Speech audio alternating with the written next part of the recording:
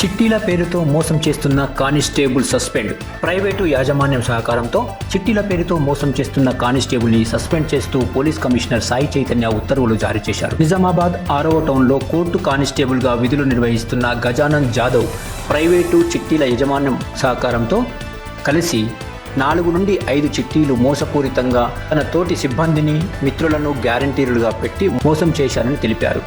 అలాగే ఆ చిట్టీలకు సంబంధించిన మొత్తం డబ్బులను తీసుకొని కట్టకపోగా తనకు మాత్రం ఎటువంటి రికవరీలు కాకుండా జాగ్రత్తలు పడుతూ తన మిత్రులకు, తన తోటి సిబ్బందికి మాత్రమే మోసపూరితంగా రికవరీ అయ్యే విధంగా చేసినందులకు 4వ టౌన్లో కేసు నమోదు చేసినట్టు తెలిపారు. అదేవిధంగా కోర్టులో వివిధ నేరాలకు సంబంధించిన క్రైమ్, తాత్కాలిక ప్రాపర్టీ రిలీజ్ కేసుల్లో పెద్ద మొత్తంలో డబ్బులు స్వీకరించి వివిధ కేసుల్లో అవినీతికి పాల్పడుతున్నట్లు తేలడంతో 6వ టౌన్ పోలీస్ స్టేషన్లో కేసులు నమోదు అయ్యాయని తెలిపారు.